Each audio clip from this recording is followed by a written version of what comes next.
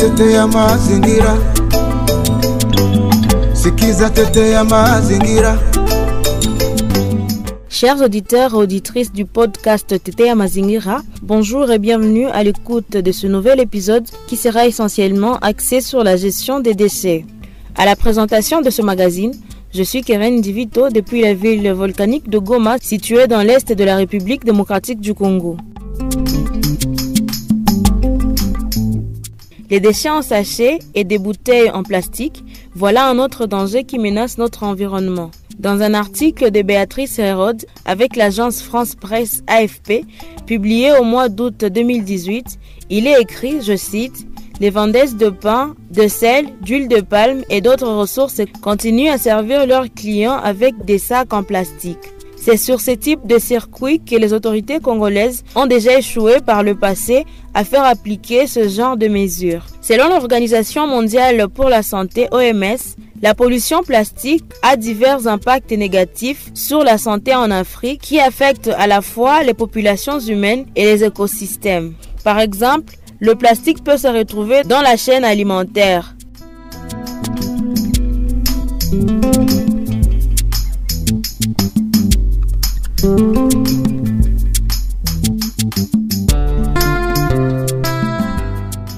Dans nos océans, il est décomposé en petits fragments appelés microplastiques qui sont ingérés par les organismes marins. Quand les humains mangent des produits de mer contaminés par les microplastiques, il existe un transfert de ces microplastiques dans la chaîne alimentaire avec les conséquences sanitaires potentiellement graves.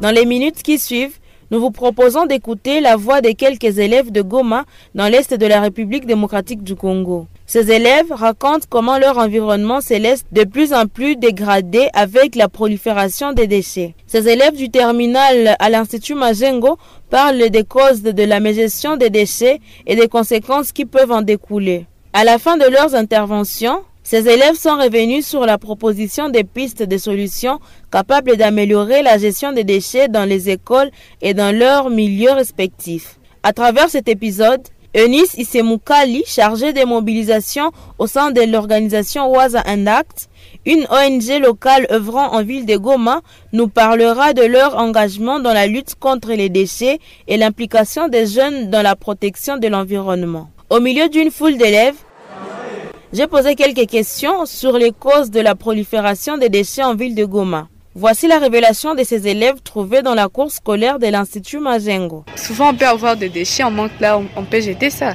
Alors, c'est ce qui pousse à ce que les gens puissent jeter de saleté sur la route, partout. Mais aussi la conscience de la personne. Il y a des gens qui ne sont pas construits. Même si tu l'expliques comment on peut faire pour améliorer la situation de la société, mais ils ne peuvent rien faire parce qu'ils n'ont pas la conscience et ils n'ont pas aussi la volonté. Moi, d'abord, je peux dire que c'est l'irresponsabilité. Parce que si tu es responsable, tu ne peux pas faire ces genres de choses. Parce que ça peut amener de maladies, ça peut amener beaucoup de choses qui sont désagréables à la santé. Les personnes qui n'ont pas vraiment le moyen de bien gérer leurs déchets, c'est par rapport aussi aux moyens, je peux dire aussi, aux moyens, ils n'ont pas vraiment de moyens, surtout dans des milieux vraiment reculés, ils n'ont pas de moyens. Mais d'autre part aussi, ils peuvent aussi créer, parce que l'homme c'est l'innovation, il peut créer quelque part un petit truc pour que ça puisse l'aider vraiment à bien gérer ses déchets, car on ne peut pas donner ça comme justification que non, on n'a pas de moyens, c'est pour cela qu'on ne gère pas vraiment nos déchets. La raison vraiment valable, c'est peut-être on peut dire quoi, le manque de mentalité, c'est ça. Comme on l'a dit, ça dépend aussi de la conscience de chacun et la manière dont la personne peut s'y prendre. Si une personne n'arrive pas à bien gérer, elle peut se mettre en tête, elle s'en fout de tout, elle peut jeter les déchets n'importe où, d'où voir aussi le manque de poubelles peut-être dans des milieux, d'où la personne ne sait pas où est-ce qu'il va mettre les déchets. De l'autre côté, ceux-ci sont revenus sur les conséquences de cette mégestion des déchets qui fait la une de certaines écoles et plusieurs lieux publics et rues dans la ville touristique de Goma. Il y a des enfants qui tombent malades de la typhoïde. Il y a plusieurs maladies. Ça cause aussi de moustiques, donc de maladies comme la malaria. Donc il y a plusieurs conséquences. Il y a aussi la non-fertilisation des sols. Et aussi, ça va nous attirer de maladies, tout comme par exemple s'il pleut, il y aura des eaux stagnantes et des moustiques peuvent y déposer les œufs et par après nous pouvons souffrir de la malaria. Ça peut amener aussi à la mort des malades aussi. Normalement, nous avons la maladie d'abord. La maladie parce que un peu partout, il y a des déchets dégradables et non dégradables. Ceux-là qui sont non dégradables, premièrement, elles peuvent causer des maladies.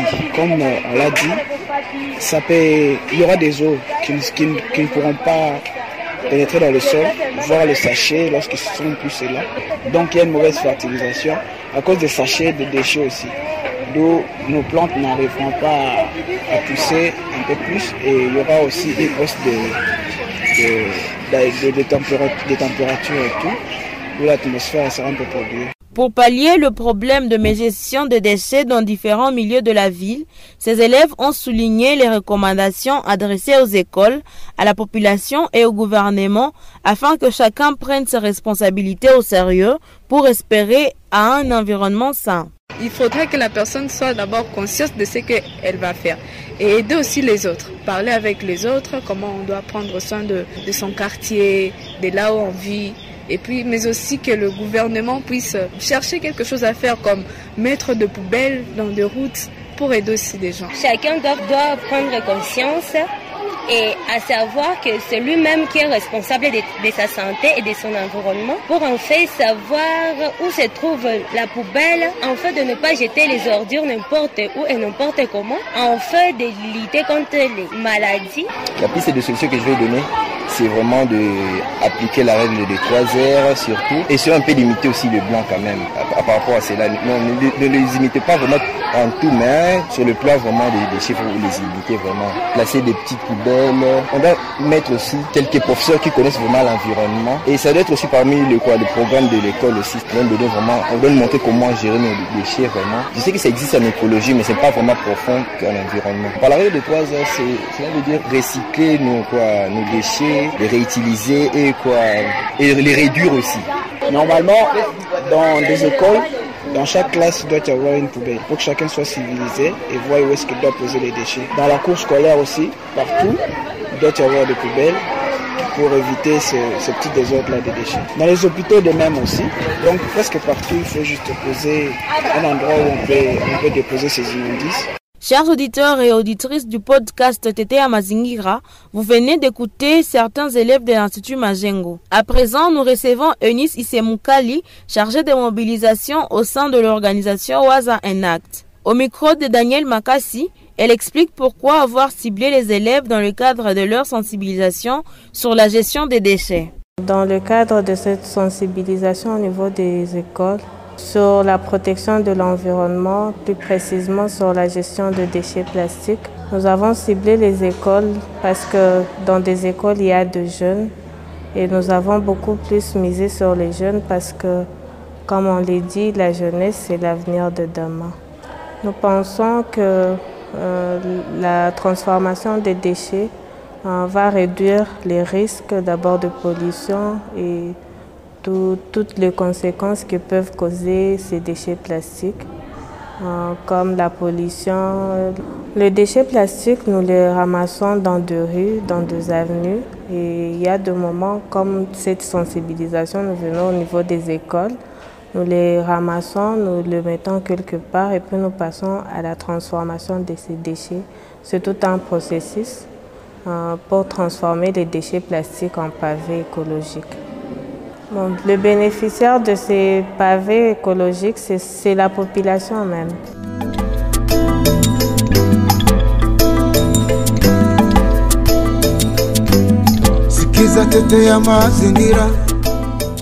Nous arrivons à la fin de cet épisode sur la gestion des déchets.